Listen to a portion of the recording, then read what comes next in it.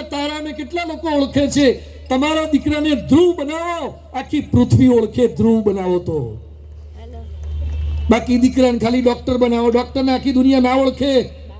ધ્રુવ બનાવો, પ્રહલાદ બનાવો, નચિકેતા બનાવો તો દુનિયા ઓળખે. કલામ સાહેબ કેવા કલરના હતા? ધોળા હતા કે કાળા? હે, કાળા હતા. કલામ સાહેબ હેરસ્ટાઈલ કેવી સરસ કરતા હતા. બે લટકણિયા હતા આ બાજુ, કાન અડધા ઢંકાઈ જતા હતા કલામ સાહેબ. ઇંગ્લિશ એ સાઉથ ઇન્ડિયન ઇંગ્લિશ. ઓલ ધો 80 કરોડ હિન્દુઓ બધાને કલામ સાહેબ માટે પ્રેમ છે. રામકૃષ્ણ પરમહંસ કેવા દેખાતા હતા? રૂપાળા દેખાતા હતા. અરે રામકૃષ્ણ પરમહંસનો ફોટો તો જોજો. ફોટો મૂર્તિ મેં જોઈ છે ને તમે જોઈ છે. આમ કરીને બેઠા હોય છે ને ગાતરિયું ખાલી આમ નાખેલું હોય છે. વિવેકાનંદ સ્વામી જેવા ગરડર વળી ગયા. રામકૃષ્ણ પરમહંસની પવિત્રતા. જલારામ બાપા હેન્ડસમ દેખાતા હતા. જલારામ બાપાના રૂપનું વર્ણન ક્યાં કેટલું આવે છે. તો જલારામ બાપાનું જીવન કેવું પવિત્ર હશે કે આખી દુનિયામાં જલારામ બાપાના મંદિરો થઈ ગયા. પવિત્રતા, એના પર ફોકસ કરવાનું છે. પ્યોરિટી પર ફોકસ. આ નથી સમજી શકતા તો માનવનો ઉત્કર્ષ સાચો એ છે. જો આ નહીં સમજાય તો we are born crying, live complaining and die disappointed. આપણે જન્મ્યા રોતા રોતા, જીવવાનું ફરિયાદ કરતા કરતા અને મરવાનું હતાશ ને નિરાશ થઈને મરી જવાનું. આ જ જીવનનો સાર છે. શું જન્મ્યા ને શું કર્યું? 1 થી 12 ધોરણ સુધી ભણ્યા. આ છોકરાઓ બધા ભણે છે, તમે ભણાવતા હશો. પણ એ ભણ્યા પછી શું કરવાનું? કમાયા પછી શું કરવાનું? તો એની પણ વાતો કાલે આપણે કરી હતી. સત્ય સનાતન દેશ મેરા. હું ભારતમાં છું પણ ભારત મારામાં છે. ગઈકાલે રાષ્ટ્રગીતનું ગાન કર્યું હતું. પ્રતિજ્ઞાઓ લીધી હતી, શપથ લીધા હતા ભારતને મહાન બનાવવાના. અને આપણે એ સંકલ્પ કરીએ થાય જ. ભારતમાં એ તાકાત રહેલી છે. આઈન્સ્ટાઈનના ઘરમાં મહર્ષિ કણાદનો ફોટો હતો. આઈન્સ્ટાઈનના ઘરમાં. ભારતનો એક છોકરો આઈન્સ્ટાઈનને પૂછવા ગયો કે મારે તમારા જેવા સાયન્ટિસ્ટ બનવું હોય શું કરવું પડે? આઈન્સ્ટાઈન કે આ ભાઈને મેં રોલ મોડેલ બનાવ્યા છે. એ કે આ તો અમારા ભારતના બાવા. એટલે બાવા નથી, મહર્ષિ કણાદ છે, જેણે આણ્વિકવાદને પારમાણિકવાદની પ્રેરણા આપી.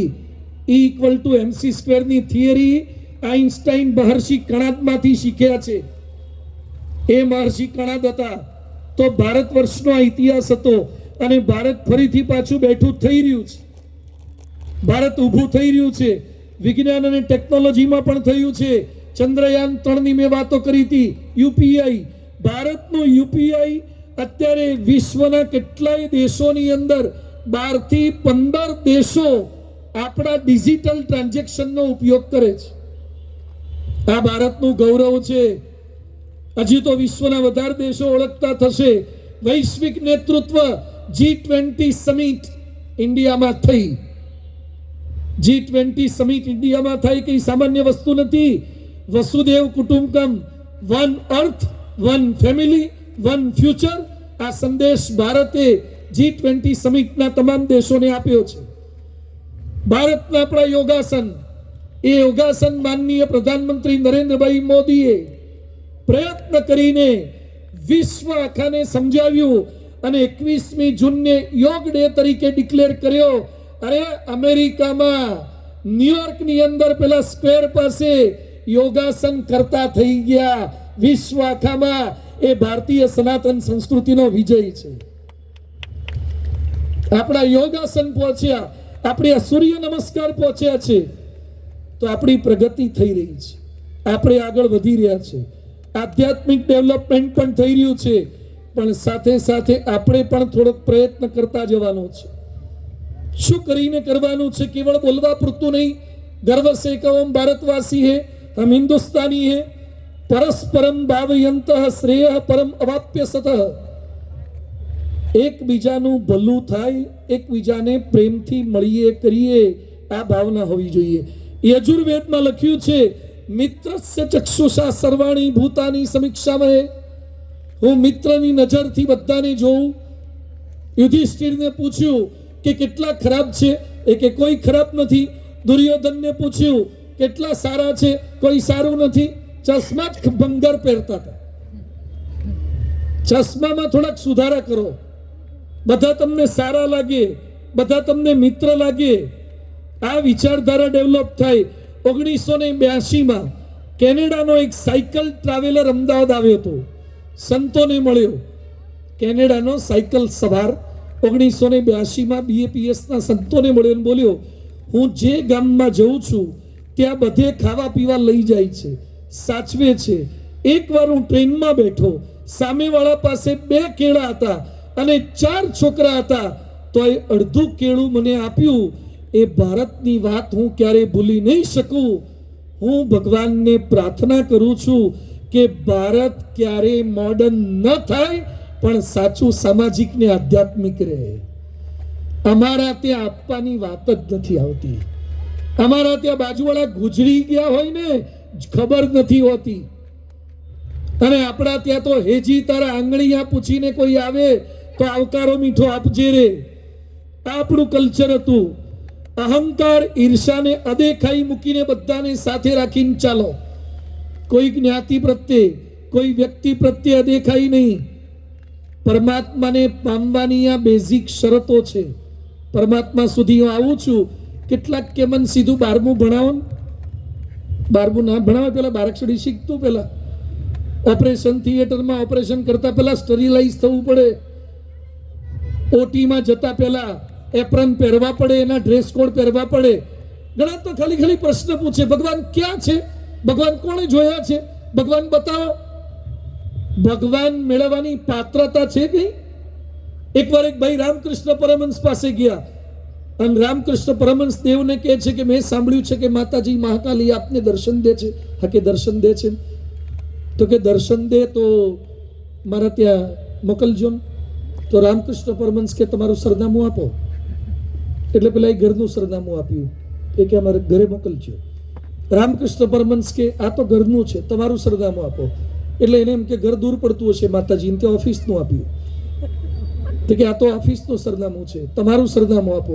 એ કે મારું સરનામું શું? એ કે તમારું સરનામું તમને ખબર પડી જશે ને એ દિવસે માતાજીને આમંત્રણ આપવા માટે જવું નહીં પડે, માતાજીની જાતે આવી જશે. તમારું સરનામું, તમે કોણ છો? રામકૃષ્ણ પરમહંસ કે મને દર્શન કરાવો.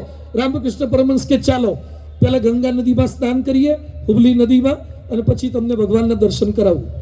સ્નાન કરવા ગયા. પરમહંસ દેવ કે આપણે બંને ડૂબકી મારીએ. બંને પાણીમાં ડૂબકી મારી. પેલો પાણીમાં ડૂબ્યો. રામકૃષ્ણ પરમહંસ બહાર નીકળી ગયા. પેલાના માથા પર વજન મૂક્યું અને વજન મૂક્યા પછી પેલાને પાણીમાં દબાઈ દીધો. બરાબર નો દબાયો. પરપોટા બોલી ગયા, બડબડિયા બોલી ગયા, બૂમો પડવા લાગ્યો. વધારે પડતું પાણી પી ગયો. રામકૃષ્ણ પરમહંસે આમ મરી જવાની અણી પર હતો ને બચી જાય એ રીતે પાછો બહાર કાઢી લીધો. પછી પેટ ઉપર પ્રેશર આપી આપીને પાણી બહાર કાઢ્યું. પેલો બહાર નીકળતાની સાથે જ કે તમે ભગવાન છો કે શેતાન છો, કે સાધુ છો કે શેતાન છો? રામકૃષ્ણ પરમહંસ કે તમારે ભગવાન જોવા હતા? મારે કાંઈ જોવું જ નથી, કશું જોવું નથી, જાઓ, મારે કંઈ જોવું નથી. પરમહંસ કે પણ તમે મને પૂછતા હતા દેવીના દર્શન કરવા છે, મારે કોઈના દર્શન જ નથી કરવા. માણસ છો કે શું છો યાર? આવું કરવાનું હોય? ભગવાન દર્શનની વાતો પૂછીએ ને દબાઈ દો છો પાણીમાં. રામકૃષ્ણ પરમહંસ કે એક કામ કરો, તો મેં તમને પાણીમાં દબાયા ત્યારે તમને આમ પીઝા બીઝા ખાવાના વિચાર આવતા હતા? એ વખતે શીરો કે હુખડી બુખડી જે કંઈ બંગાળી હશે એના વિચાર આવતા, એ કે ભાન પડે છે, ખાવા પીવાના વિચાર આવતા હશે. તો એ વખતે તમને ક્યાંક આમ મૂવી બૂવી જોવાના, નાટક જોવાના, ભવાઈ જોવાના વિચાર આવતા હતા? નહોતા આવતા. કાંઈ વિચાર નહોતા આવતા. આમ તમારી પત્નીના કે બીજા બધા કાંઈ વિચાર નહોતા આવતા. શું વિચાર આવતા હતા? એ કે જલ્દી બહાર નીકળું, તમને ફટકારું. એ જ વિચાર આવતા. પછી રામકૃષ્ણ પરમહંસ એક વાક્ય સરસ બોલ્યા કે તને મેં 1 મિનિટ કરતા પણ ઓછા સમય ખાલી પાણીમાં દબાઈ રાખ્યો તો ગુંગળામણ થઈને બહાર નીકળવાનો વિચાર આવ્યો. એમ ભવસાગરમાં 50-60 વર્ષથી અંદર પડ્યો છે તો ગુંગળામણ થાય છે ના? કે એમ તો મજા આવે તો ઘેર જતો રે, ભગવાનના દર્શન ના થાય. ત્વરા જોઈએ. નરેન્દ્ર મોદીના પીએ થવું હોય તો પીટીસી ના ચાલે, યુપીએસસી ક્લિયર કરવી પડે. પીટીસી વાળા નરેન્દ્ર મોદીની બાજુ બેસી શકતા હશે?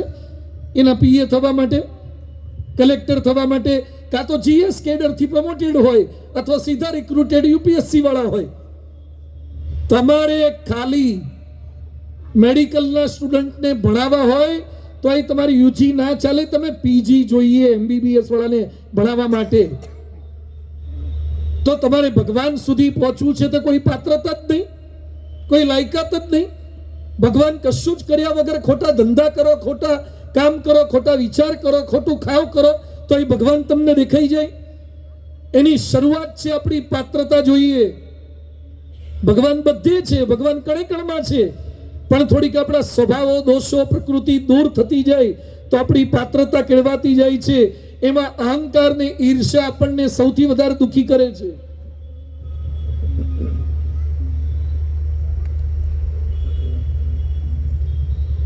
સરદાર વલ્લભભાઈ પટેલ ભારત આઝાદ થયું અને ત્રિવેન્દ્રમના રાજાને મોટી જવાબદારી સરદાર પટેલ સોંપતા હતા. એટલે એમના અંગત સેક્રેટરી મેનન કે કોઈ હતા એને કીધું કે સાહેબ આ ત્રિવેન્દ્રમના રાજા આપના વિરોધી છે એટલે એને આ મોટી પોસ્ટ એને સોંપતા નહીં. ત્યારે સરદાર પટેલ શું બોલ્યા કે મારો વિરોધી છે એ મને ખબર છે, પણ એ ભારતના વિરોધી છે ના, કે ભારતના વિરોધી નથી, એમ તો દેશભક્ત છે. સરદાર કે મારો ભલે ને વિરોધી હોય પણ એ ભારતનું સારું કરે એવો છે એટલે આ જવાબદારી માટે લાયક છે, એને એ જવાબદારી સોંપી. આ ભાવના વ્યક્તિગત ઈર્ષ્યાને, વ્યક્તિગત અદેખાઈને ક્યાંય વચ્ચે ન લાવીએ. જરૂર છે રાજકીય એકતાની. પાર્ટી ગમે તે હોય, રાષ્ટ્રહિતની વાત આવે ત્યાં એક થતા બધા શીખજો. જરૂર છે સામાજિક એકતાની. ભલે નાત જાત જુદી હોય, રિવાજ જુદા હોય, પણ ઊંચ નીચ ન માનો. મહાન સાંઈ મહારાજે સત્સંગ દીક્ષામાં લખ્યું છે જાત્યા નૈવ મહાન કોપી, જાતિ કોઈ મહાન નથી. સામાજિક એકતા, ધાર્મિક એકતા. આજે અમે સ્વામિનારાયણના સાધુ છીએ, કોઈક રામને માને છે, કોઈ કૃષ્ણને માને છે, કોઈ માતાજીને માને છે, કોઈ શિવજીને માને છે. અહીંયા તો બહુ રત્ન વસુંધરા, અલગ અલગ માનીનતા હોઈ શકે, પણ જ્યારે હિન્દુત્વના વિકાસની વાત આવતી હોય, ભારત માતાના વિકાસની વાત આવતી હોય, ત્યારે બધું જ બાજુ પર મૂકીને આપણે એના પર ફોકસ કરવું જોઈએ. એ ધાર્મિક એકતા છે, એ આપણે એક થવાની આવશ્યકતા છે. બધાને મારી વિનંતી છે, તમે દુકાનમાં જાઓ છો તો દુકાનમાં પૂછો છો કે લુવાણાની દુકાન હોય તો જ હું લઉં, કારણ કે હું તો લુવાણો છું. લુવાણા હોય લુવાણાની દુકાનમાંથી જ લે છે કે સારું જ્યાંથી મળતું હોય ત્યાંથી લઈ લે છે? તો સારું જ્યાંથી મળતું હોય ત્યાંથી લો ને, શીખો. દરેક ડૉક્ટરના ત્યાં જાઓ છો તે તમારી જ્ઞાતિના હોય તો જ જાઓ છો, તમારા ભગવાનને માનતા હોય તો જ જાઓ છો, તમારા સમાજના ડૉક્ટર હોય તો જ જાઓ છો. જે વ્યક્તિ સાચી છે, સારી છે, એ કોઈ પણ ધર્મની હોય, કોઈ પણ સંપ્રદાયની હોય, કોઈ પણ જ્ઞાતિની હોય, કોઈ પણ સમાજની હોય, એની પાસેથી શીખવું જોઈએ, એને એપ્રિશિએટ કરવા જોઈએ. આ છે આપણી ધાર્મિક એકતા અને પરોપકારિતા. કાલે મેં છેલ્લે થોડોક ઉલ્લેખ કર્યો હતો. ભગતસિંહ, શહીદ ભગતસિંહ અહીંયા બધા બેઠા છે. આ ભાઈને ક્યાં જવું છે? એ ભાઈ પાછા આવજો, પાછળ બેસજો. બધા આ બાજુ ધ્યાન આપો. મોબાઈલ મૂકી દો થોડીક વાર બધા. હું નામ દઈને બોલીશ હા પછી તો. મને અહીંયાથી બધું દેખાય છે, હવે આંખો ખુલી ગઈ છે. થોડીક વાર 2 કલાક તો મોબાઈલ મૂકો બાજુ પર. હવે બહુ મોટું શું આખી દુનિયાની જવાબદારી સંભાળતા થઈ ગયા છો, મોબાઈલ મંતર કરો છો. થોડીક વાર ધ્યાન આપો, આ તરફ ફોકસ કરો. ભારતને જે દિશામાં લઈ જવું છે. હું 25 દેશ ફર્યો છું. તમે શું જુનાગઢની એક નાની જવાબદારી સંભાળો છો, એમાં આખી દુનિયામાં ફરું છું. વડાપ્રધાનને મળ્યો છું, મુખ્યમંત્રી ભૂપેન્દ્રભાઈ મળ્યા હતા. હમણાં રાજકોટ મંદિરે આવ્યા ભૂપેન્દ્રભાઈ, એને બેસવા માટે મેં સોફો રાખ્યો. મેં કીધું વચ્ચે તમે બેસો. મને કે વચ્ચે મારે ના બેસાય, તમે બેસો. કીધું તમે મુખ્યમંત્રી છો, તમારે બેસવું પડે. મને કે મુખ્યમંત્રી થઈ ગયા એટલે શું થઈ ગયું? મને આવું કીધું એમણે. મને કે તમે સાધુ છો, એટલે મેં હા મેં લગાવ્યું સાધુ થયા એટલે હું થઈ ગયું. મેં મુખ્યમંત્રીને કીધું તો ભૂપેન્દ્રભાઈ મને શું બોલ્યા, સાંભળજો ભાઈ, બધા સાંભળજો.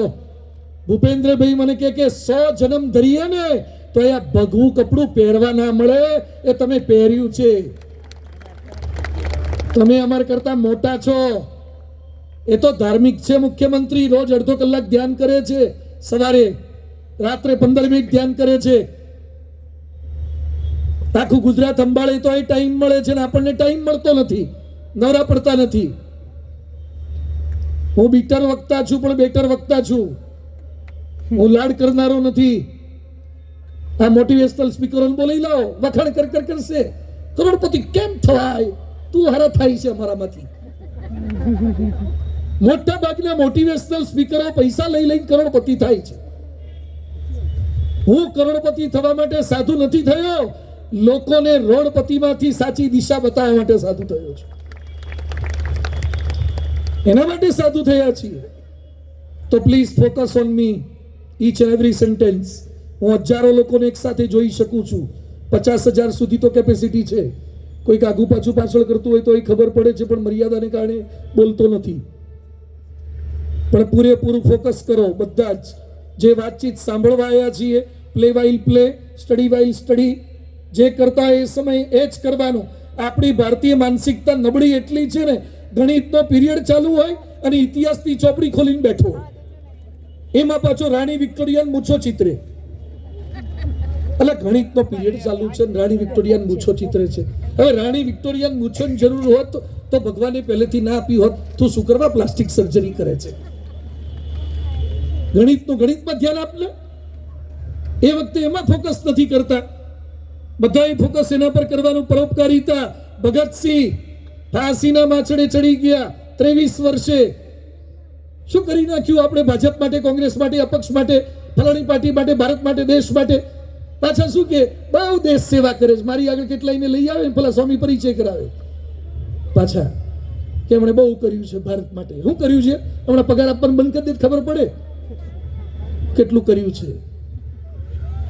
હું બહુ સ્પષ્ટ કહું છું, તમને પાર્ટી 1 રૂપિયો પણ ના આપે, 1 પદ ના આપે, પ્રતિષ્ઠા ના આપે, અને પછી કામ કરો તો તમે દેશ માટે કામ કર્યું કહેવાય, રાષ્ટ્ર માટે કામ કર્યું કહેવાય. 1 રૂપિયાનો પગાર લીધા વગર અમે કામ કરીએ છીએ. રાષ્ટ્ર માટે, ધર્મ માટે, સંસ્કૃતિ માટે કામ કરીએ છીએ. એ વિચારધારા બધાય ડેવલપ કરવાની છે. હું એમ નથી કહેતો પગાર ન લેવો, હું નથી કહેતો કે વેતન વગર કામ કરવું, પણ જરા ભગતસિંહની સામે તો જુઓ. 23 વર્ષનો નવયુવાન ફાંસીના માછડે ચડી ગયો. 7 ભાષા આવડતી હતી. 7 ભાષા આવડતી હોય એવો એક માણસ ઉભો થાવ અહીંયાથી. 7 લેંગ્વેજ ભગતસિંહને દેખાવડા દેખાતા હતા. ભગતસિંહ, એના બાપુજી કિશનસિંહ, દાદા અર્जुनसिंह, बेटे भगत सिंह तेरी शादी कर दी है, नहीं शादी कर दी, क्यों शादी नहीं कर दी? तेरी माता को बहुत चिंता हो रही है, माता के वास्ते तू शादी कर ले. तेरे भगत सिंह शू बोलिया? माता के वास्ते ही मैं शादी नहीं करना चाहता. कौन सी माता? वो मैं मेरी भारत माता के लिए मैं शादी नहीं करना चाहता. અમે ભગતસિંહના પેઢીના છીએ. ભગતસિંહે પોતાની ભારત માતા માટે લગ્ન નહોતા કર્યા. અહીંયા બેઠેલા BAPS ના 1200 સંતોએ ભારત માતા માટે લગ્ન નથી કર્યા, ભારત માતા માટે. આ વિચારધારા સાથે જીવન જીવીએ છીએ. તો આપણે ભગતસિંહને ફાંસીના માછડે ચડવાનું હતું એ દિવસે પણ પુસ્તક વાંચતા હતા. એટલે પેલો ફાંસીના માછડે ચડવા બોલાવા આવ્યો કે ભગતસિંહ તમારા ફાંસીના માછડે ચડવા. તો ભગતસિંહ પુસ્તક વાંચતા હતા. લેનિનનું, રશિયન ક્રાંતિકાર લેનિનનું પુસ્તક વાંચતા હતા. એટલે ભગતસિંહ શું બોલ્યા? કહી દો, એક ક્રાંતિકારી બીજા ક્રાંતિકારી સાથે મુલાકાતમાં છે. શું જવાબ છે? ભારતીય માણસો કેવા હતા! અને આપણે તો હજી તો ફાંસી શું, ખાલી સેજ પોલીસની ગાડી આવી હોય ને એમાં તો ગભરામણ થઈ જાય ને માતાજી આવી જાય. અને આ લોકો તો ફાંસીએ ચડતા પહેલા પણ સેજ ગભરાયા નથી. અને એ ભગતસિંહનો લેટર એણે લખ્યો છે. એ લેટર મેં વાંચ્યો છે. લેટરમાં લખે છે કે આજે એક ભગતસિંહ મરી જશે તો કાલે ભારતની બીજી માતાઓ લાખો ભગતસિંહને ભવિષ્યમાં જન્મ આપી દેશે. મને એનું દુઃખ નથી, પણ મેં દેશ સેવાનો જે સંકલ્પ કર્યો હતો એનો 1000મો ભાગ પણ પૂરો નથી કરી શક્યો, એનું મને દુઃખ થાય છે. આ વાક્ય મને અતિશય ગમે છે, મેં મારા હૃદયમાં કોતરી રાખ્યું છે. જે ફાંસીના માછડે ચડી ગયો ભગતસિંહ 23 વર્ષે, 3 મિત્રો ખુદીરામ ને સુખરામ સાથે, એ ભગતસિંહ એમ કહે છે કે દેશ સેવાનો મેં જે સંકલ્પ કર્યો હતો એનો 1000મો ભાગ પણ હું કરી શક્યો નથી. અરે આના કરતા વધારે મોટી દેશ સેવા શું કહેવાય? છતાં ભગતસિંહને એમ લાગે છે કે હજી ઓછું કર્યું છે. આપણને શેર બજારમાં લાગે છે કે હજી જોઈએ એટલા કમાયા નથી, આઈપીઓમાં લાગે છે, ખાવા પીવામાં લાગે, કપડામાં લાગે, ફરવામાં લાગે, કોઈ દર સેવામાં લાગે છે કે જોઈએ એટલી ના થઈ, ઓછી થઈ. આને દેશ સેવામાં લાગે છે. જીવન અંજલિ થાજો, મારું જીવન અંજલિ થાજો, ભૂખ્યા કાજે ભોજન બનજો, તરસ્યાનું જળ તાજો, દિન દુખિયાના આંસુ લૂછતા અંતર કદી ન ધરાજો. જીવન અંજલિ થાજો. આ પરોપકારિતા, બીજાના દુઃખનો વિચાર. ગાંધીજીએ પેલી બાઈને મેલા કપડામાં જોઈ અને ગાંધી બાપુ બોલ્યા કે બેન, મેલા કપડા કેમ પહેર્યા છે, કપડા કેમ ધોતા નથી? એ કે બાપુ એક જ સાડલો છે, બદલવાનો બીજો નથી, એટલે હું એક ઉપર થોડુંક ઓઢી રાખું છું, નીચે થોડુંક ધોવાનો પ્રયત્ન કરું છું. ગાંધીજીએ આ દ્રશ્ય જોયું અને કોટ અને પાટલુનનો ત્યાગ કરી દીધો મોહનલાલ બેરિસ્ટરે, અને ઉપર અમારા જેવું વ્હાઈટ પહેર્યું એમને, અને નીચે પોતડી પહેરી દીધી. આખું ધોતિયું નહોતા પહેરતા, ખાલી ઢીચણથી થોડીક નીચે આવી એવી પોતડી પહેરતા હતા. Less the luggage more the comfort. દેશ પાસેથી ઓછામાં ઓછું લેવાનું અને વધારે વધારે આપવાનું. આ ભાવના સાથે ગાંધીજી જીવ્યા. કોઈને ખરાબ કપડાં જોઈને, ઓછા કપડાં જોઈને આપણા કપડાં આપવાનો વિચાર થયો? આપણે જલસા કરવા છે, જાત જાતના કપડાં પહેરવા છે, પછી ભિખારીઓની મશ્કરી કરવી છે. શક્ય હોય તો એકાદ ગરીબની દીકરીને પરણાવો. કોઈ બાળક ભણી શકતો ના હોય, આર્થિક રીતે અને બૌદ્ધિક રીતે ક્ષમતાવાળો હોય તો એને સ્કોલરશીપ આપો. દત્તક લો એકાદા વિદ્યાર્થીને, ભણાવો થોડો. ભેગા કરીને કોણ ગયું? ધીરુભાઈ અંબાણીએ જતા રહ્યા, આ સુબ્રતો રોય જતા રહ્યા. સહારા લેક સિટી લોનાવાલા હું જઈ આવ્યો 3 વાર. સુબ્રતો રોય એટલે સહારા લેક સિટીનો માલિક, સહારા એરલાઇનનો માલિક, સહારા મ્યુચ્યુઅલ ફંડનો માલિક. જતા રહ્યા સુબ્રતો રોય. વર્લ્ડ કપ રમાડતો તો, જેલમાં, તિહાર જેલમાં પૂર્યા. સુબ્રતો રોયના અગ્નિ સંસ્કારમાં એના પત્ની અને એના સંતાનોમાંથી કોઈ ગયું નથી. શું જિંદગી જીવ્યા! કોના માટે પૈસા ભેગા કર્યા? શેના માટે કરતા હતા? તો પરોપકારિતા. જે પરોપકારી હોય એ જ પરમાત્માથી નજીક જઈ શકે છે. જે પવિત્ર હોય એ જ પરમાત્માને પામી શકે છે. જે પ્રમાણિક હોય એ જ પરમાત્માને પામી શકે છે. થોડોક પ્રયત્ન આપણે આ કરવો જોઈએ.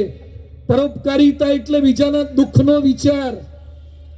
રાજકોટની અંદર અપેક્ષા મારડિયા નામની એક છોકરી MBBS સેકન્ડ યરમાં અભ્યાસ કરતી હતી. કોરોના વખતે એના પિતાજી ધામમાં જતા રહ્યા, મૃત્યુ પામી ગયા. અઠવાડિયામાં માતા મૃત્યુ પામી ગયા. સેકન્ડ MBBS માં ભણતી છોકરીના માતા પિતા બંને મૃત્યુ પામી ગયા. 8 વર્ષનો નાનકડો ભાઈ.